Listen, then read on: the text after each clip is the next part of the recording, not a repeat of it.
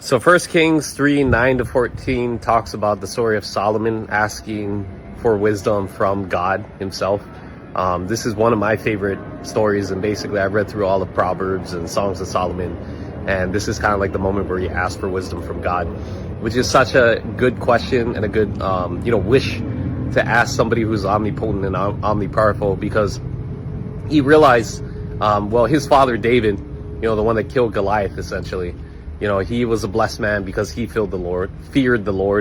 And what ended up happening, Solomon asked, God granted him a wish, basically. It's like, anything that you want, what is it that you want, and I'll bless you with that. And he chose wisdom, which is a very powerful tool to end up utilizing. Because once you have wisdom and you understand that knowledge is power, then everything else you can gain through in life, riches. And he ended up becoming a successful man.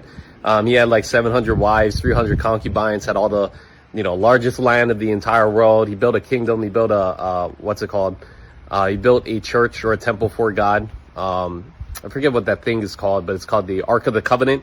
He built that in God's image too as well. But yeah, I mean, asking for wisdom, like I said, knowledge is power, and it's such a, good question and a good answer to give. Because once you have wisdom and once you're able to learn more about things in life, then you understand how to apply them.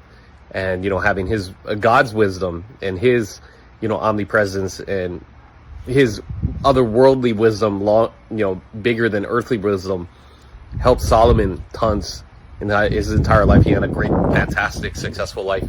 So a lesson that you can end up pulling for it: seek wisdom, have the humility to seek wisdom, drop your ego, and try to just learn as much as you can. That way you can have an understanding of what to do in this world, and therefore apply things to get the results that you want in life. But also ask God too as well for direction, discernment, looking at situations and things. That way you can make the right choices in your life and become a successful person.